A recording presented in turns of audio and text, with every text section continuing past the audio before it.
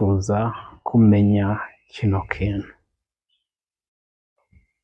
Inzahabu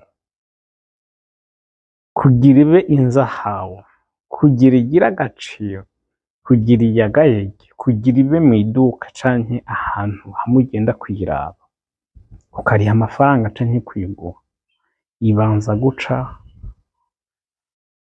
mu muriro udasanzwe, ibanza gukubitwa inyundo zidasanzwe, ibanza igaca mu maforoma menshi atandukanye, hama mu nyuma ikaza kugira agaciro, ikaba iy'agaciro. Rero ibi bitwigisha iki? Mu by'ukuri iyo uriko urahura n'ibibazo, iyo uriko urahura n'ibigeragezo, ivyo bibazo ntibivuze yuko biza kuguhitana, kuko inzahabu yica mu muriro ikayonga ikaba nk'amazi ariko igasubira gukomera, ariko ubucafu bwose buba buyiriko n'ibindi vyose birayivako.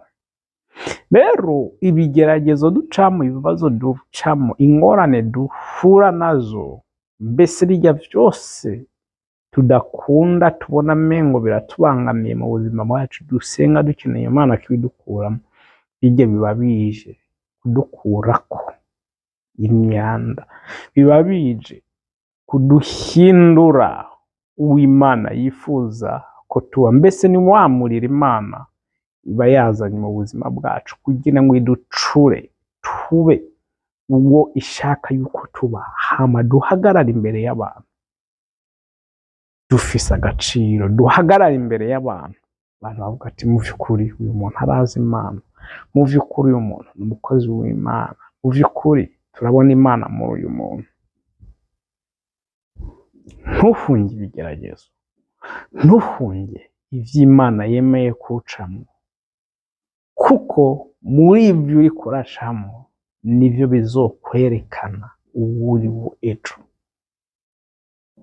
Ivyo uriko urahura navyo uyu munsi nivyo bizokwerekana uwo uriwe ejo. Rero shikama kandi ushire amanga, ubandanye urugendo ushike aho Imana yifuza yuko ushika. Niwacika intege ikibazo kizoba kigutsinze hasi, ariko niwabandanya urugendo ikibazo uzogitsinda.